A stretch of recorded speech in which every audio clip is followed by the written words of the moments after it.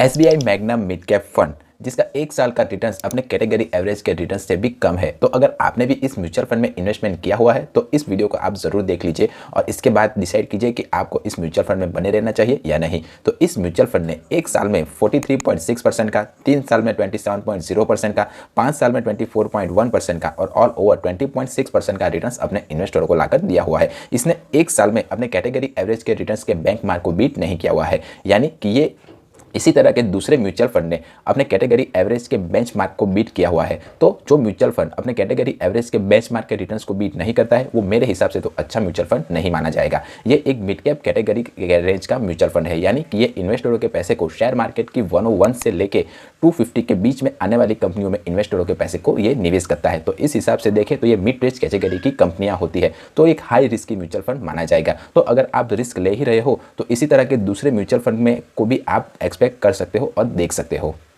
अब हम देखते हैं कि इस म्यूचुअल फंड ने कौन कौन सी कंपनियों में इन्वेस्टरों के पैसे को निवेश किया हुआ है। तो इसने CRISIL limited, Sundaram finance limited, Torrent power, Thermax limited, the Indian hotel company limited जैसी कंपनियों में इन्वेस्टरों के पैसे को निवेश किया हुआ है। अगर आपने 1 लाख रुपए वन टाइम इन्वेस्ट किए इस म्यूचुअल फंड में तो हम देखते हैं कि कैसे कैसे हमारे पैसे ग्रो होंगे। तो आपने 1 साल के लिए अगर 1 लाख रुपए इन्वेस्ट किए तो आपके 1 लाख रुपीज़ की वैल्यू अराउंड 1,43,630 रुपीज़ के आसपास हो जाएगी। 3 साल में आपके 1 लाख रुपीज़ की वैल्यू 2,04,790 रुपीज़ के आसपास हो जाएगी।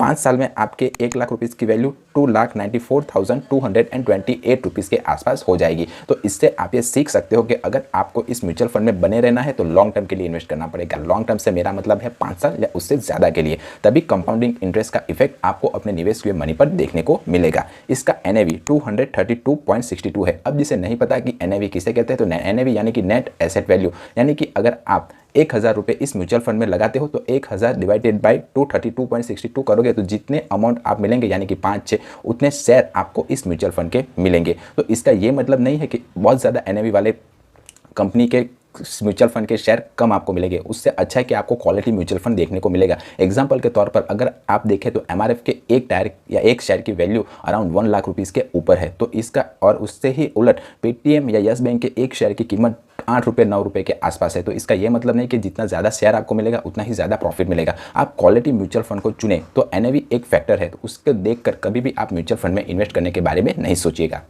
SBI के दूसरे म्यूचुअल फंड की तुलना में इसकी रेटिंग 4% के आसपास है, यानी कि 4 स्टार मिला हुआ है। और अगर आप इस म्यूचुअल फंड में अपनी इन्वेस्टमेंट को स्टार्ट करना चाहते हो तो मिनिमम अमाउंट की SIP 500 रुपीज़ से आप स्टार्ट कर सकते हो। इसका एक्सपांस रेशियो 0.82% है, जो मेरे हिसाब से थोड़ा ज़्यादा है। अब जिसे नहीं पता कि एक्सपांस रेशियो किसे कहते हैं, तो जो एसेट मैनेजमेंट कंपनियाँ होती है वो हमारे ही पैसे को मैनेज करने के लिए हम ही से कुछ फीस चार्ज करती है और उसी फीस को वो एक्सपांस रेशियो के तौर पर हमें बताती है। तो जितना ज़्यादा एक्सपांस रेशियो होगा उतना ही कम आपको प्रॉफिट होगा। तो जब कभी भी आप किसी भी म्यूचुअल फंड को चुने तब एक्सपांस रेशियो के क्राइटेरिया को जरूर ध्यान रखें। इसका एग्जिट लोड 1% है। अगर आपने एक सर्टेन टाइम ऑफ पीरियड से पहले अपने निवेश किए पैसे को निकाल लिया तो आपको 1% का एग्जिट लोड चार्ज देना पड़ेगा। अब हम इस म्यूचुअल फंड पर लगने वाले टैक्स के बारे में बात करें तो अगर आपने 1 साल के भीतर ही अपने निवेश के पैसे को निकाल लिया तो आपको short term capital gain tax 15% का पूरी रकम पर देना पड़ेगा। और अगर आपने 1 साल के बाद अपने निवेश के पैसे को निकाला तो आपको long term capital gain tax 10% का देना पड़ेगा और उसमें से भी आपको 1% का 1 लाख रुपीज़ का असम्पशन मिल जाएगा। तो आपके हिसाब से ये म्यूचुअल फंड कैसा है मुझे कमेंट करके बताइए। और अगर आपने ऑलरेडी इस म्यूचुअल फंड में इन्वेस्टमेंट किया हुआ है तो मुझे कमेंट करके बताइए कि ये म्यूचुअल फंड कैसा परफॉर्म कर रहा है, ताकि मेरे दूसरे व्यूअर्स को भी हेल्प हो जाए कि उसे इस म्यूचुअल फंड में इन्वेस्ट करना चाहिए या नहीं। मिलते हैं अगले वीडियो में। वीडियो पसंद आया है तो वीडियो को एक लाइक ज़रूर कर दीजिएगा। तब तक के लिए बाय बाय।